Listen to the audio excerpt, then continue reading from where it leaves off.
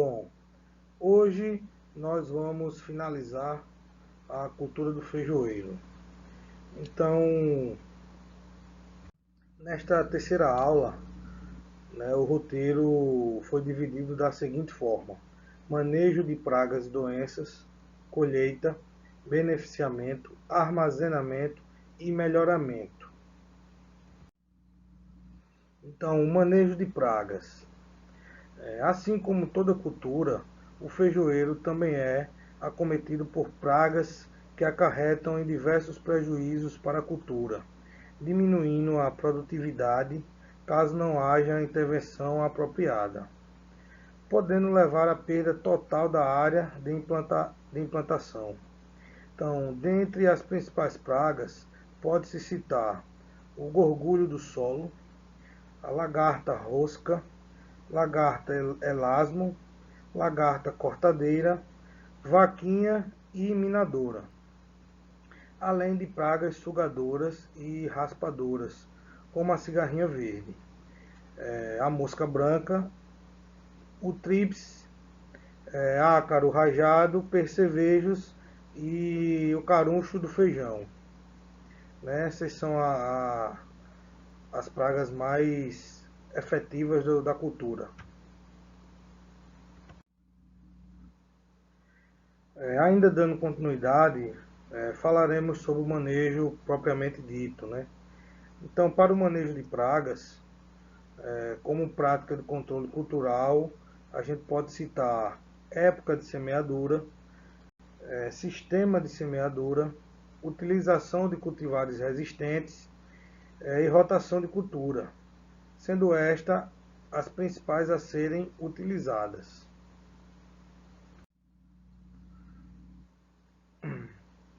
Controle cultural. Então, em controle cultural, quando a época de semeadura, as épocas recomendadas concentram-se basicamente em 3 períodos: o chamado das águas, que são nos meses de setembro a novembro, o da seca, ou safrinha, que é de janeiro a março, e o de outono-inverno, ou terceira época, que são dos meses de maio a julho.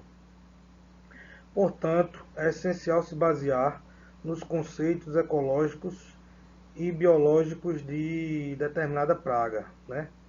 Então, assim, as semeaduras em épocas fora do período mais indicado podem afetar o porte, o ciclo e o rendimento das plantas e podem contribuir para o aumento e perdas na colheita.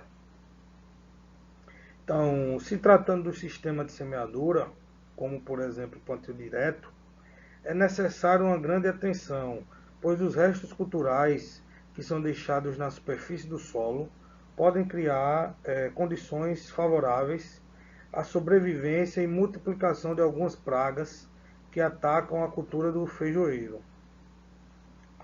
A utilização de cultivares resistentes é de longe uma das práticas de maior eficiência contra o controle de pragas, já que reduz sua população abaixo do nível de dano econômico. Não causa desequilíbrio ao agrossistema, nem prejuízo ao produtor rural.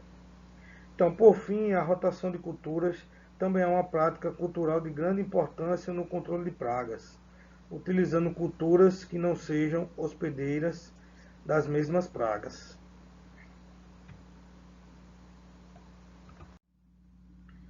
No manejo de pragas, utilizando controle biológico, as pragas agrícolas e os insetos transmissores de doenças a partir do uso de seus inimigos naturais, que podem ser outros insetos benéficos, predadores, parasitoides e micro-organismos, como fungos, vírus e bactérias, são eficientes.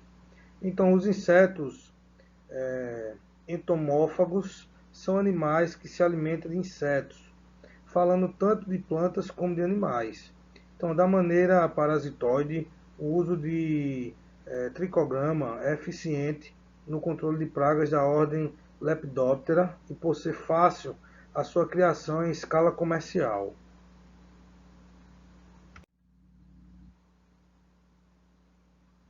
Então, por fim, o controle químico no manejo de pragas consiste no uso e aplicação de substâncias químicas que levem à redução ou extinção das populações de organismos considerados pragas, tanto em áreas rurais quanto urbanas. Então, para isso, são utilizados agentes pesticidas que mantêm, expulsam ou incapacitam as pragas, né? Mas para que se possa utilizar esses agentes, é necessário compreender o nível de dano econômico que aquela determinada praga está acometendo na área do plantio e o nível de controle do produto. Além disso, utilizar o MIP, né, como vocês já sabem, um manejo integrado de praga, que é um conjunto de medidas que visa manter as pragas abaixo do nível de dano econômico, é fundamental. Então, essas medidas são aplicadas quando a densidade populacional da praga atinge o nível de controle. Ademais, é essencial fazer monitoramento na área, que consiste na prática em determinar a situação das pragas na cultura, avaliar os danos e prejuízos que podem estar ocorrendo e definir o momento correto da aplicação do defensivo. Dando continuidade, né? As principais doenças. Então, doenças fúngicas do solo, né?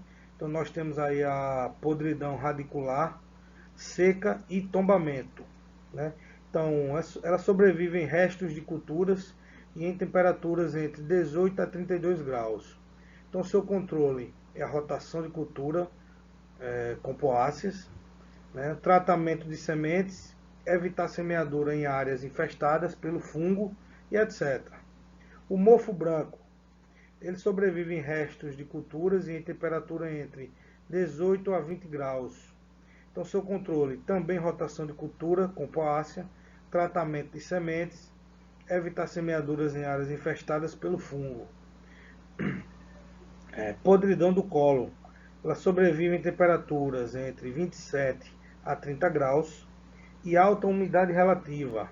Então, seu controle, rotação de culturas com poáceas, tratamento de sementes, uso de sementes sadias, utilizar cultivares de porte ereto, aração profunda e etc.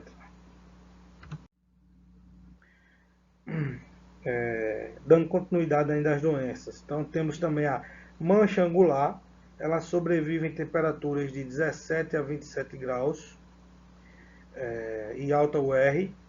O controle é evitar semeaduras em regiões muito chuvosas, utilizar cultivares resistentes, sementes sadias, adubação equilibrada e etc. Antracnose sobrevive em temperaturas de 3 a 27 graus e alta UR. Controle, tratamento térmico, 5 minutos a 60 graus.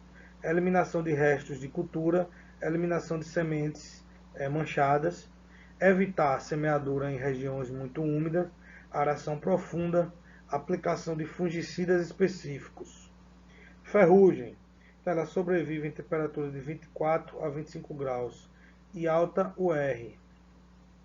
O controle, sementes sadias, evitar semeadura em áreas infestadas, rotação de cultura, adubação equilibrada, aplicação de fungicidas específicos, mancozeb e o oxocarboxins.